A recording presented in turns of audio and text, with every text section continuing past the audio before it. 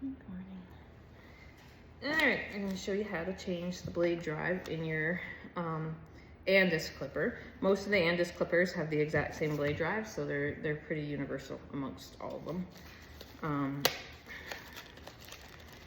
About $15 for a blade drive. They used to be like $5, but everything went up in price. So, I'm gonna pause this for a sec. All right, just needed a screwdriver. Okay. So yes, this one, I actually told the groomer, like, I could tell her blades haven't been sharpened or haven't been oiled lately, because all of that rusty color that's coming off is the friction from her blades. So I looked at her blade and I was like, you haven't oiled your blades? She goes, no, I haven't. So that to me is the first indication I seen there when I took her blade off. Also, if you look at, let's see here. See how worn this one is? And all the corners are worn off. After a while, it's not holding your blade the same way. So we need to replace them. Typically, I say if you're a fairly busy groomer, every 3 months. 4 times a year, just do it. And then it won't affect what's going on with your blades, because people will say, oh, all of a sudden your blades aren't working right, they seem dull, and you just got them sharpened. Most likely, it's your blade drive. It gets too loose in this area here. When I take this off, you'll see the difference. So just a couple screws. Oh, sorry. This is just the blade drive. If I want to remove my blade hinge assembly, I can take off this piece. This place is replaceable as well. Another part that can go. But I just want to take off the blade drive. So try to get organized when you do this, because it's nothing worse than forgetting how things go back together, or your screws fly across the room. You don't want to do it when someone's got a blow dryer going, because these little tiny screws can get lost really easily. So I've got someone standing in front of me who I'm talking to, but she's being very quiet. So, alright, so this pops out of here, and there's little knobs that hold it in place. There's like a little knob there, so it'll only go back in one way. So you'll know when you try to put it in one way, it will only go one way. This is also a good opportunity to clean out the hair that's gonna go down in your motor and affect things. So when you're taking your equipment apart, that's another good reason why we're cleaning in and around the parts, to get that hair out of there. This hair could just gunk things up and cause your motor to not work properly if too much gets in there.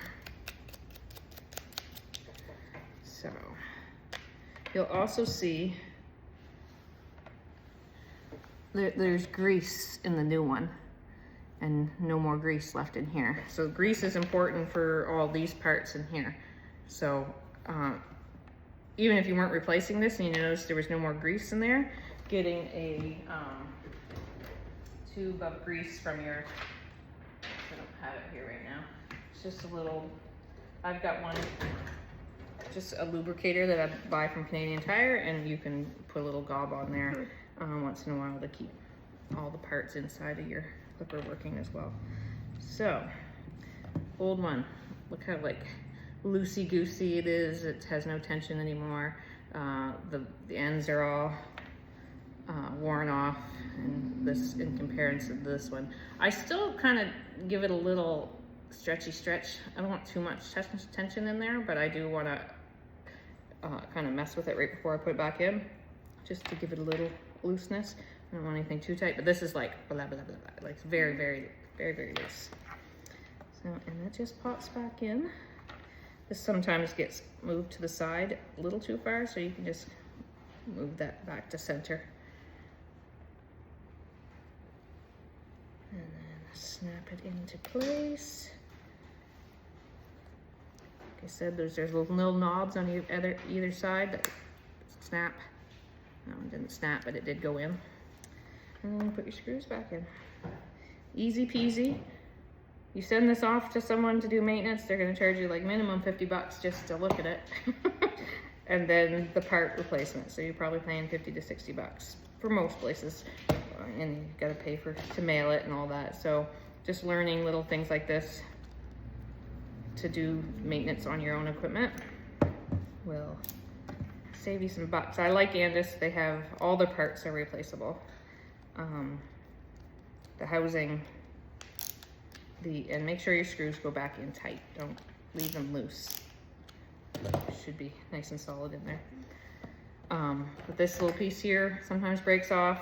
What I'm noticing too with these clippers, it's missing the foam that would normally be right here. It's got hair here, but that's allowing hair to get into the clipper, so it could cause a problem down the road. So you might want to think about getting just this piece. I'm not sure what the price on that is, but I get a lot of my supplies from DeBoer for parts, but most of the companies that carry the clippers will have the parts for them, or you can order them straight from Andis. And that just slides back on there. And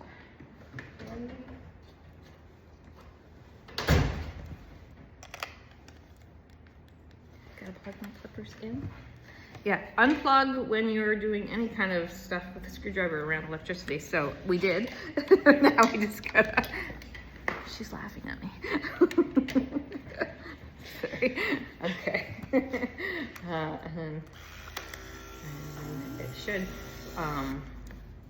That'll help keep your blade nice and snug there. There's other parts that'll go in this. So I will take this off just to show you and clean it out. So this is called the blade hinge assembly, and there's parts on this that'll go as well.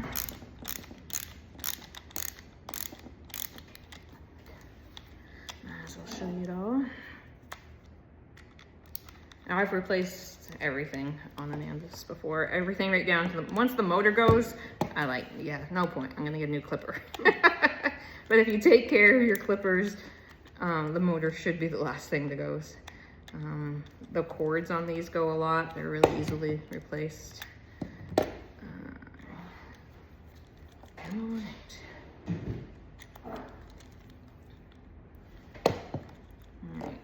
so make sure you know how it goes back together. There's a little piece in here, a little plate that goes in there. But now all this hair that's in there, we want to get out.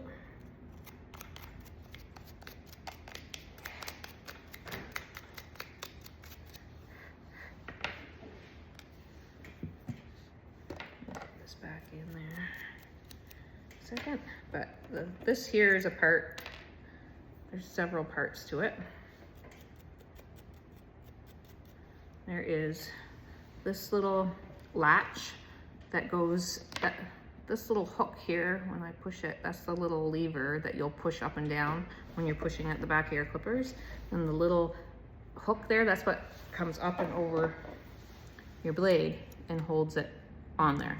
That has snapped off on me before. So just that piece on this. So this is replaceable, just that part individually.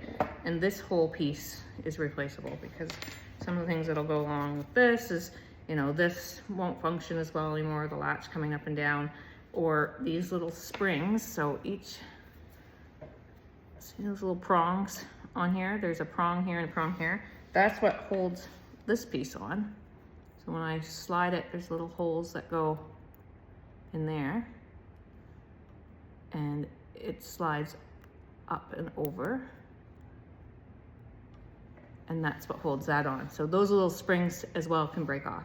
So if that's broke, you have to get a new one of these. So that's just another piece that can go. And if this gets too loose, it's again not holding your blade down on your clipper well. So you want to make sure that you replace that. I don't remember how much these are, but it's probably a $25 piece for the whole set, or probably $5 or $6 just for that little piece, or at least that's what I have purchased for them in the past.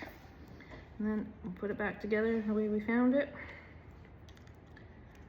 I have a video on YouTube for my Heiniger, because I hadn't ever taken my Heiniger apart before, and it's pretty similar. there were a few things that are different that you really have to make sure, like the parts don't look the same. So you'll never, an Andis part won't fit a different clipper, but so yeah. And I've never done, no, I did one wall for one of my employees and it was pretty simple. We just did it in front of each other. We YouTubed it and just replaced it. So again, make sure it's in there solid because it'll cause wiggle and vibration, which you'll think something's wrong with your clipper. And you'll know that this is in there correctly when the spring is still back in there. It's springy. And then, so everything looks good. So that's how you change two parts, the blade drive and the blade hinge assembly. Thank you.